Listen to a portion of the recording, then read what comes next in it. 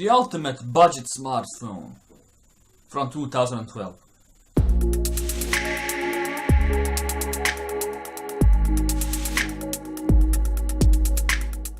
Well, hello there, people of the internet. So, today is another special video for me.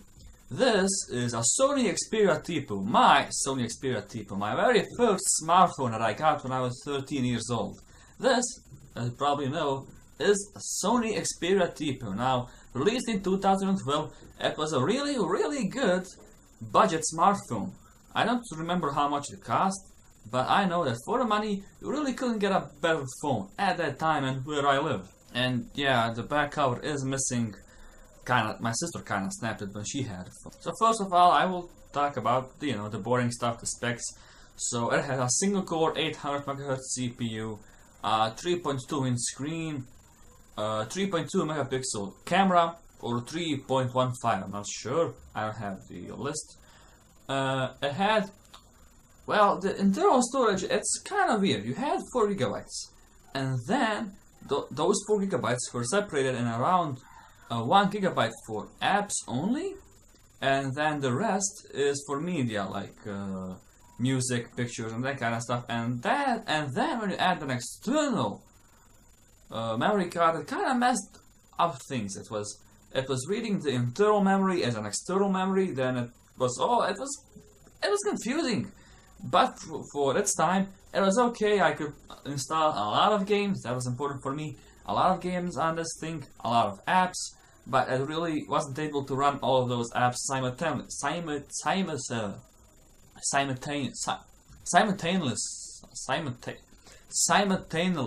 It wasn't able to run all those apps at the same time. Now, there is one thing I really like about this phone. Yes, it is by today's standards, it's like pretty much useless. I mean, when you open up the Play Store, for example, it takes like half a minute just to open up the Play Store, and then when it does open, you get an error that it crashed. Well, mostly, as you can see, it opened now, and you can pre-register for Super Mario Run. Anyways, by today's standards, this phone, as I said, is pretty much useless, but there are some things I really like about this phone even today. Number one, its size. Now, yes, it is too small, 3.2 inches, but if it was 4 inches, it would be quite okay. Another thing I like about this phone, it's damn near indestructible. I had this phone for 2.5 years, then I got a Lumia, but for 2.5 years I had this phone. I dropped it thousands of times. Then my sister had it for about a year. She dropped it also many times. Then my baby sister played with this phone for some time. She also dropped it 1,000 times. Nothing happened. Mainly because this really isn't glass. This is some kind of like plastic. Maybe it is glass. I don't really know what this is. Scratch resistant glass, but it almost feels like plastic. I mean, I dropped this phone so many times. It didn't crack. I dropped it on the face, on the side, on the back. Never cracked. There is one more good thing about this phone. This phone is easy to root, but there are so many mods and customizations available for this phone, like a lot. For instance, when I got this phone, I had no idea what Android is. I mean, I knew that Android was an operating system, and that's it. I didn't know you can root it. I didn't know you can mod it. I didn't know anything. I had this phone for almost a year without doing any modifications to it. Then I slowly learned what's rooting and how to install a custom ROM and a custom system, blah blah blah. Point is, I rooted this phone, and the first thing I installed was Paradox.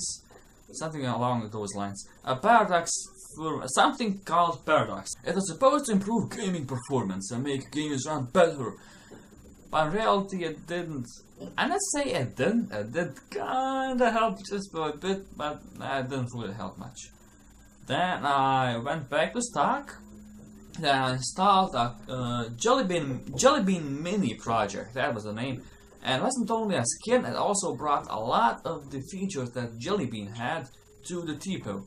However, that is the first time I was faced with a bricked phone. Now, usually when you brick a phone, you either just delete the cache or just flash a new OS to it, if you can access the clockwork mode, and if your phone isn't hard brick, it was just simply a boot loop. However, when I broke the phone, I lost root access, I lost CWM.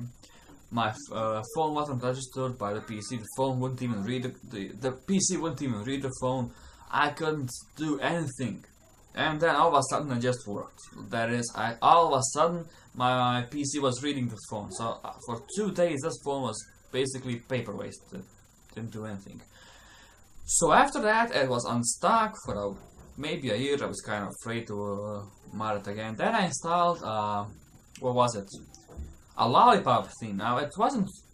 It was basically Android 4.0, the OS this phone has, but it was basically skin. I was skin for Android SQ sandwich that looked a lot like Lollipop, and you have the same thing for Marshmallow. And I saw it, but I didn't test it. But I saw you have the same thing for Nougat, Android 7, Android N, whatever. So yeah, this phone still has mods and stuff. Like, people even overclock this phone to 1 GHz, maybe even above 1 GHz. So that's kind of cool. Yeah. The camera on this phone, I don't know if you can see. I mean, you probably can see on the B-roll, but there's a pretty nasty scratch on the camera, which makes it pretty much useless. But when I had the phone, if you give it enough light, it could take some okay pictures. You probably can see. So some okay pictures if you give it enough light. But yeah, it has no front-facing camera, which was a shame. The battery, holy moly! If you don't use the phone a lot, you can last 2 days. You can last 2 days straight on a single charge, and that's something I really miss about this phone. When I got the Lumia, it too had a pretty good battery life, not really as Tipo, but it had a pretty good battery life. And the P7 I have right now, it's not bad, but it can't even compare to the Tipo. Mainly because this phone is really low power. There really isn't much to suck up the battery. Oh, the screen, and that's it. Speaking of the screen, I don't remember the resolution. I don't have the script right now, but the viewing angles are awful from all but one side. From the bottom, it's kinda okay, but from the top and from the sides, oh bloody hell! It's pretty. The viewing angles are pretty bad. Well, actually, from the side, it's not that bad, but still, they were pretty bad. Now, using the phone today, it's a real. So honestly, it's a real pain. Typing on this, it's hard. It's difficult to type on this phone. Just look at that keyboard. Here's my finger for comparison on the key. Yeah, not really. But despite that, if you enable swipe on this stock keyboard, I was able to type really fast. In fact, I used to type so fast that the phone would just bug out and lag, and it would just freeze the phone because I was typing so fast. Yeah, and there is one thing odd about this phone. No matter what I did, if I restart the phone, reboot, reinstall the entire system, different mods, whatever. If I plug in headphones, I have to restart the phone with the headphones plugged in, so the headphones will work. Then when I finish with the headphones, I take out the headphones and then reboot the phone again. And that was kind of annoying, I would say, but yeah. Yeah, the speakers on this thing, like, they are, well, not the best sounding, but well, actually not the speaker, what the single speaker. But I mean, there is an X-Loud feature for this thing which pumps the volume up really up. So this thing can get real loud. Oh yeah, you can also expand the storage with micro SD card up to 32 GB if I'm not mistaken.